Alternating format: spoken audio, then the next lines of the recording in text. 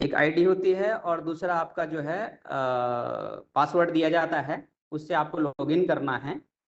Login करने के बाद में फिर आप इसके बाद में आपको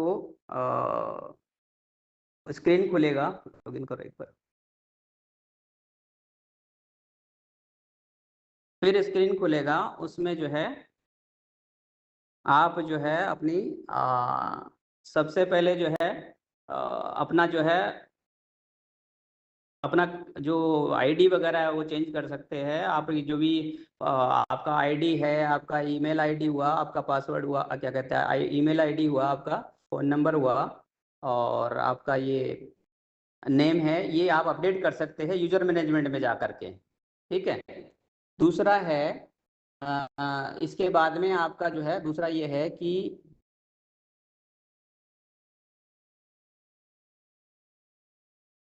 दूसरा आप जो है इसमें सबसे ऊपर ही ऊपर डिमांड का ऑप्शन आता है। जब कभी डिमांड खुलती है तो डिमांड जो है डिमांड खुलती है तो पर्टिकुलर, जैसे मान लीजिए कि आपका संस्था के लिए 5 दिन का खुलता है, और ऊपर जो है हमारे डिस्ट्रिक्ट लेवल पे 3 दिन के लिए खुलता है, और ऊपर जो है जो भी एडीआर लेवल पे या डायरेक्टेड लेवल पे 2 दिन के लिए खुलता है सॉफ्टवेयर। तो उसके अंदर अपन क्या करते हैं कि जब आपको डिमांड खुलती है तो पर्टिकुलर कोई आईडी दी जाती है, तो उस आईडी से आपको डिमांड भरनी होती है। वो डिमांड जो है आइटम वाइज आपको सेलेक्ट करनी है। मान लीजिए कि डिमांड आईडी हो गई, फिर उसके बाद में उसके नीचे खुलता है कि कौन कौन सी जैसे मेडिसिन का फॉर्म क्या है, बोलस है या फिर इंजेक्शन है, तो वो उस तरह से जो है वो आपको सेलेक्ट करना है। मान लीजिए बोलस है तो बोलस की लिस्ट आपके हाईलाइट हो जाएगी नीचे। उन बोलस को 1 बाय 1 आप बोलस की जो है डिमांड 1 बाय 1 जितने भी बोलस किसी तरह के हैं वो सबको आप डिमांड उसमें फिल कर दीजिएगा। और फिर उसके बाद में इंजेक्शन है तो इंजेक्शन आप उसमें ले सकते हैं। इंजेक्शन की लिस्ट आपके पास आ जाएगी। वो इंजेक्शन की लिस्ट 1 बाय 1 जो जो आपकी जेन्युइन डिमांड है वो आप भर सकते हैं।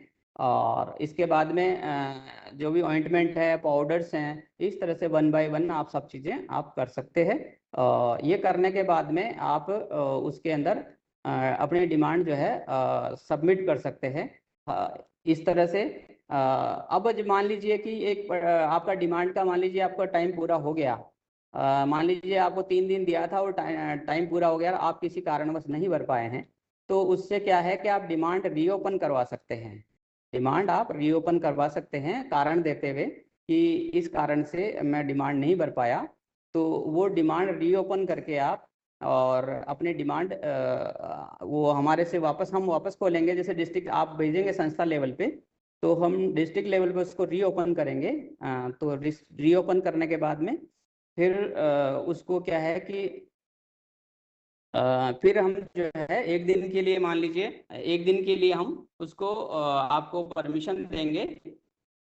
उसको परमिशन देंगे तो फिर उसके बाद वो आप 1 दिन के लिए आप पुनः उसको संशोधित कर सकते हैं अपने डिमांड को, पूरे पहले भरी हुई को, या फिर उसको दोबारा से भर सकते हैं। ये हुआ आपका डिमांड का। और इसके बाद में अब आप नीचे आ जाइए। इसके बाद में है आपका आपकी डिमांड आपने सबमिट कर दी। फिर हम जो है इस डिमांड को ऊपर निदेशालय स्तर पे जो भी बजट मिलता है उसके हिसाब से एडजस्ट करके और उसको ऊपर भेजते हैं।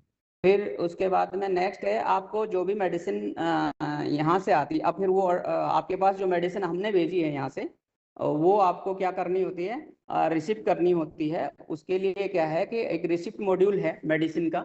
मेडिसिन रिसिप्ट मॉड्यूल के अंदर जो है आप जाएंगे तो उसके अंदर जो है मेडिसिन रिसिप्ट मॉड्यूल के अंदर आपको जा करके और आपको ये देखना है कि कौन कौन से, जैसे कोई हाँ वाउचर शो करेगा आपके ऊपर। वाउचर जो है शो करेगा तो उस वाउचर को क्लिक करना है आपको। क्लिक करके फिर आपको जो है स्टॉक पेज नंबर चढ़ाना है, और उसके साथ में स्टॉक रजिस्टर नंबर और स्टॉक पेज नंबर, ये 2 चीजें हर आइटम के सामने एंट्री करनी है। और करते हुए नीचे तक जितना वाउचर आपका जितना बड़ा है उसको सबमिट कर देना है। उसके बाद नेक्स्ट जो है ये तो आपका हुआ मेडिसिन रिसिप्ट का। इसी तरह से जो मेडिसिन आपने रिसीव करी है अब उनको काम में लेना है, तो कंजम्पशन का एक मॉड्यूल है इसके अंदर नीचे। तो कंजम्पशन का मॉड्यूल में क्या है कि महीने में 2 बार कंजम्पशन अपना खुलता है। एक तो है 1 से 15 तारीख तक अपन ने मेडिसिन जो कंज्यूम करी है उसका जो है 16 से लेकर के 25 10 दिन के लिए कंजम्पशन खुलता है।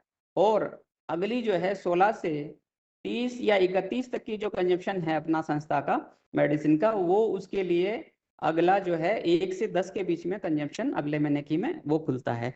तो अपन इसको जो है आप लोग अपडेट कर सकते हैं अपने कंजम्पशन को, जो भी मेडिसिन काम आई है। अच्छा, इसके बाद में क्या है, ये तो हुआ कंजम्पशन। अब उसके बाद जो है आपका एक्सपायरी स्टेटस अगर आपको जानना हो कि आपके पास जो स्टॉक है उसके अंदर एक्सपायरी मेडिसिन क्या क्या है और क्या क्या कब कब वो एक्सपायर होने वाली, क्या क्या एक्सपायरी डेट्स है ना। तो वो आप लोग जो क्या करें उसमें पर्टिकुलर आपको जो नियर एक्सपायरी का 2 ऑप्शन है उसमें आपकी संस्था के लॉगिन के बाद में उसमें 2 ऑप्शन है, एक तो नियर एक्सपायरी है और एक है आपका एक्सपायर्ड मेडिसिन का। तो नियर एक्सपायरी के अंदर आप जो है मेडिसिन जो है वो देख सकते हैं कि नियर फ्यूचर में कौन कौन सी मेडिसिन आपकी एक्सपायर होने वाली है, तो उनको प्रायोरिटी के हिसाब से आप उनको यूज करें। और उसमें आप देख सकते हैं कि 30 दिन में कितनी कौन कौन सी मेडिसिन एक्सपायर होने वाली है, 60 दिन में कौन कौन सी होने वाली है, या फिर 90 दिन में कौन कौन सी मेडिसिन एक्सपायर होने वाली है। इस तरह से आप चेक कर सकते हैं और उनको मैनेज कर सकते हैं। इसी तरह से दूसरा एक इसी के साथ में है कि एक्सपायर्ड, अगर आपके आपने जो स्टॉक में मेडिसिन है वो अगर कोई एक्सपायर्ड हो गई है तो वो दूसरा आप एक्सपायर्ड करके, और कितने दिन एक्सपायर्ड हुए हो गए, मान लीजिए 30 दिन हुए या 60 दिन हुए 90 दिन हुए उतनी या फिर साल, आपको जो है वो एक्सपायरी आप स्टेटस चेक कर सकते हैं कितने टाइम उसको एक्सपायर हुए हो गया। तो ये चीजें हैं इसके अंदर भी। इसके आगे जो है आप ये हो गया आपका एक्सपायरी स्टेटस हो गया। और इस तरह से स्टॉक में भी जो है आपका स्टॉक लेजर आप देख लॉगिन कर उसमें देखेंगे स्टॉक लेजर में, तो आपके पास क्या क्या मेडिसिन हैं स्टॉक इन हैंड आप देख सकते हैं। आपका जो है आज की तारीख में क्या क्या स्टॉक में है आपके पास दवाइयाँ, वो भी आप चेक कर सकते हैं। और बाकी तो यही चीज़ें हैं। जैसा अब मैंने पूरी चीज़ बताई आपको, ये जैसे कि यूजर मैनेजमेंट में जा कर के आप जो है अपना जो भी अगर मान लीजिए किसी का ट्रांसफर हो जाता है, दूसरा कोई कर्मचारी आता है, तो आपका जैसे पहले नाम है, फिर डिजिग्नेशन है, फिर मोबाइल नंबर है, फिर ईमेल आईडी है, इनको आप अपडेट कर सकते हैं। इसमें पुराना पासवर्ड आपको डालना है, फिर 2 बार नया पासवर्ड डाल के और इसको सेव कर देना है।